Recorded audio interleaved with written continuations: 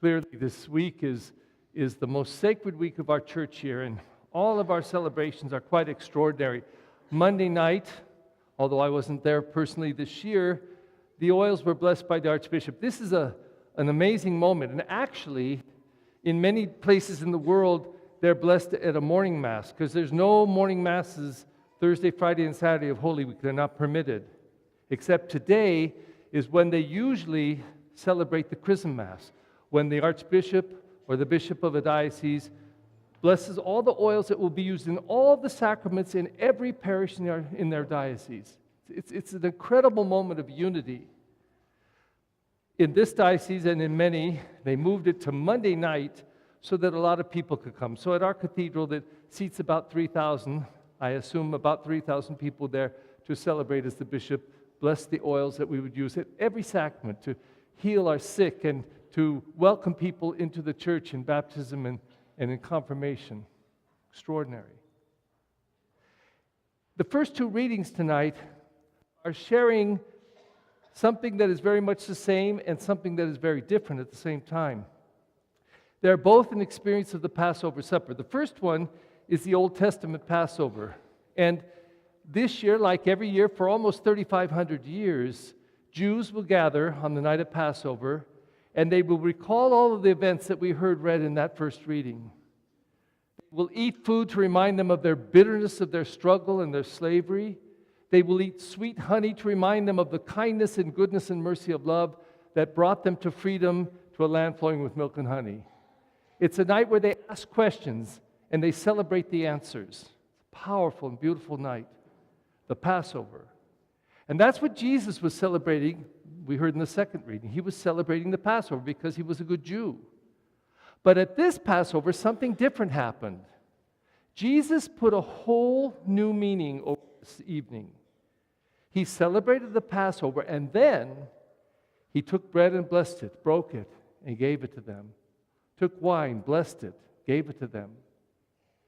And he said, "Eat this and drink this for the forgiveness of sins, and do this in memory of me." Now, the Passover is celebrated one night a year. The Eucharist is celebrated every Sunday. In fact, it's celebrated every day with the exception of one day, Good Friday. It's the only day in the church year it's not celebrated. So we gather and we do what Jesus said, "Do this in memory of me," and we repeat the exact words of the consecration. We have about 15 Eucharistic prayers that we use in the church. The words of consecration are exactly the same for all of them. It's the only part of the Mass that never changes, the consecration. Those same words, always the same. And he asked us to do that. This is the night before he died. Can you imagine if you knew you were going to die tomorrow and you gathered your very closest friends or your family near your bedside or to your home, and you knew what was going to happen? Tomorrow was your last day. What would you say to them? What would you tell them? And Jesus shared with them that he wanted to remain with them and be with them, and that his presence, he would be food and drink, and it would sustain them at the very deepest part of their faith and their life and in their spirit. He would feed them and give them drink, and he would be the very food and drink that they would share. But then, something extraordinary is celebrated on this night, because we celebrate a remembering of the Passover, and we celebrate the Passover that Jesus celebrated and the further institution of the Eucharist that he gave to us on this night. But I think going back to the 12th century, at least, they began to have celebrations of the washing of feet, but it was in 1955 that Pope Pius XII put it into the liturgy so that every Holy Thursday, everywhere theoretically in the whole world, we celebrate this washing of the feet. Now, I have tried everything I could imagine to try and get people to experience both ends of it. Because here, 12 people came up here representing the disciples, the apostles, and they had their feet washed. So we washed feet in the aisles, we washed hands before, anything to try to get people to do two things: to experience the washing of their feet or hands, and then they're washing someone else. Because Jesus was very clear Only in John's gospel, but this makes it even more interesting. You know, it's one of those places where you have to say, well, did it really happen? And just this simply because why would Matthew, Mark, and Luke, knowing this, leave it out? It doesn't make much sense. But I propose to you that John put it in because he was trying to call the church of his time back to Jesus Christ in the deepest and truest way. They say that in John's day, about 70 years after Jesus had died and risen and ascended to heaven and sent his Spirit, that the church had grown quite a bit, but was divided. And there's authors that say there were 7 distinct churches in Jerusalem, in Rome, completely separate, all in competition, all saying, we're true, you're not, we're better, you're not. And so weaved through the Gospel of John is a call to unity. There's nothing like in any other Gospels. Jesus in chapter 17 goes on and on. I call you to be one with me as I living in you, you living in me, as I live in the Father and the Father lives in me. This call to profound unity, to truth, to love. But John injects into the Last Supper scene this washing of the feet. Only John does this. And you just heard it.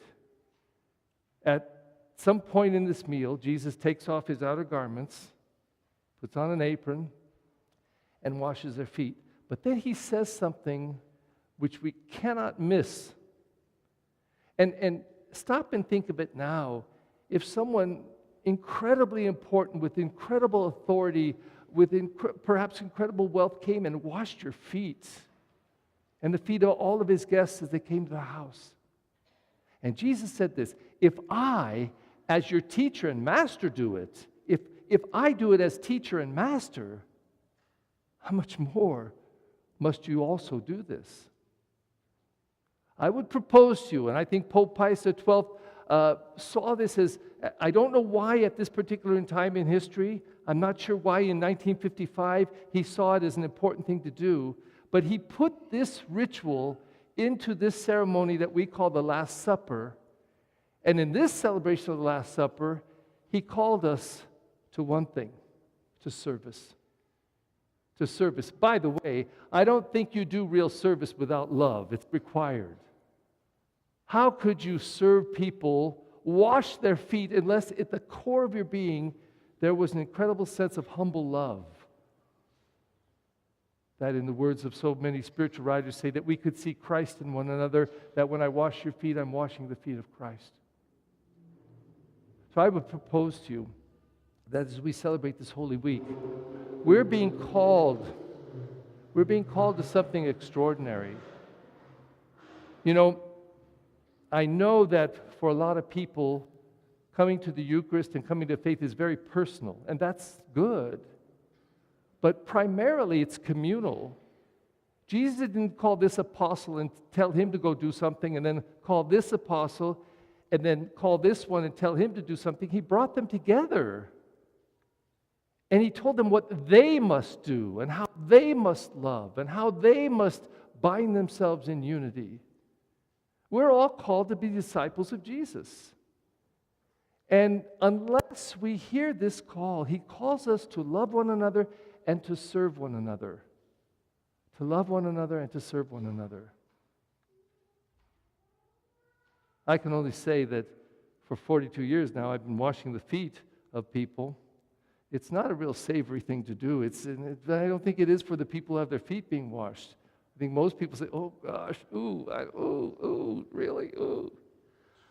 But it's an extraordinary experience to do it. It's really an extraordinary experience. And this is symbolic.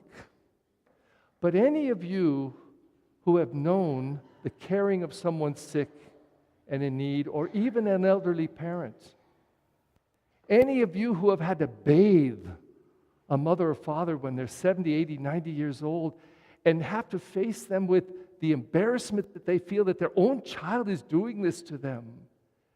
Any of you who have loved and served in that way, you know what Jesus is asking of us. He's asking us to go to a place, an inner place, where in love We have to serve. We have to serve. Tonight, the night before we come to the cross, I believe that Jesus Christ, His church, is trying to open up in us this rich awareness of the need to love and to serve, calling us to it. And most of all, in my experience of faith, it is to give us a gift. It's to give us a gift. Because when we learn how to love and serve in a way that we can take care of the deepest needs of those around us, do it in a loving way as we serve them, I believe we get a gift that no amount of money can give, no amount of intelligence or talent can give it. It's something that transforms and changes at the core of our being. And that, I think, is the gift that Jesus gives tonight. No voy a repetir todo, pero quiero decir esta noche es increíble por muchas razones. Celebramos estas unciones, este óleo santos que el arzobispo bendició la otra noche por toda la parroquia, por todos los católicos en nuestro arquidiócesis. Celebramos esta última cena en que Jesús estaba dándonos la Eucaristía. Esta comida, esta bebida que era Él,